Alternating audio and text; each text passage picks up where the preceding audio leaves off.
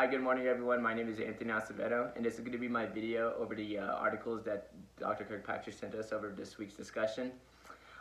This Sports and Politics World of Uncertainty article I did enjoy, just because it didn't just focus on the NBA controversy that we're kind of hearing about over the past couple of weeks, but it kind of gave some examples that, sports properties that have gone through the similar situation that NBA is kind of going through. Such as the United States Olympic Committee and their problems and controversy with Russia, and then the International Olympic Committee and their problems in the Middle East concerning women's rights. But it was kind of cool just to see that they gave these examples, just because as the NBA becomes more of a global brand and expanding, they're going to deal with these kind of situations, controversies, political issues. But it's a little bit more comforting to see that a sports property like the Olympics, with the huge presence that they do have, has gone through similar controversies, whether it comes to political controversies, human rights, or anything like that. But it just shows that when it's something that is Americanized with our Western views and politics becomes more global, we have to be a little bit more sensitive to other countries, governments, and political views as well. It's not as simple as being in America, where we have a progressive viewpoint where everything's as simple and protected by our basic Bill of Rights amendments, our freedom of speech and everything.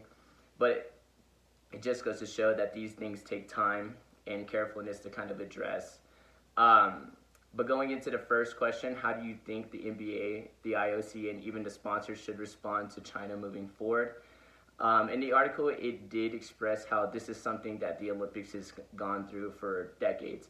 And it's something not that simple. It takes time, carefulness, and also respectfulness of other people's cultures and values as well. So it's not like saying, well, they're employees of us, American citizens, so they have the right to do this. They understand that this is not going to resonate with the rest of the world. So it's something where you must kind of have to work together, but also be very respectful. It's not going to happen fast. It's something that's going to take kind of a partnership to kind of get through.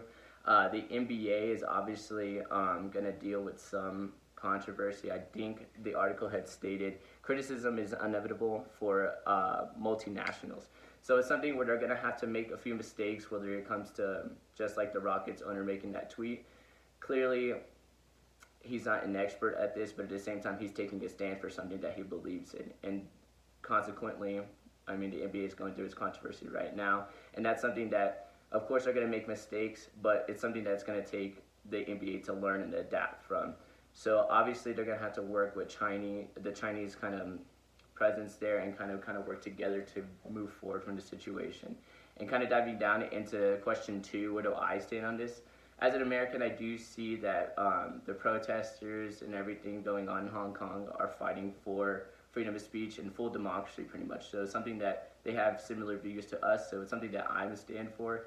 But considering that you do have to be aware of the Chinese government, Chinese viewpoints, it's something where we can't have a too strict American mindset on it. We need to make sure that we're being more understanding of Chinese government, Chinese political views, because even in the quote, the Jaguars owner Shadid Khan said, when you're going to start communicating about geopolitics, national interests, and politics, you really need to make sure you're fully up to speed on it and know your history, background, and otherwise you're going to slip on a banana skin, pretty much saying that we need to make sure that we're understanding of the history, background, and the situation entirely before we make comments on it, because it's something that is already controversial as it is.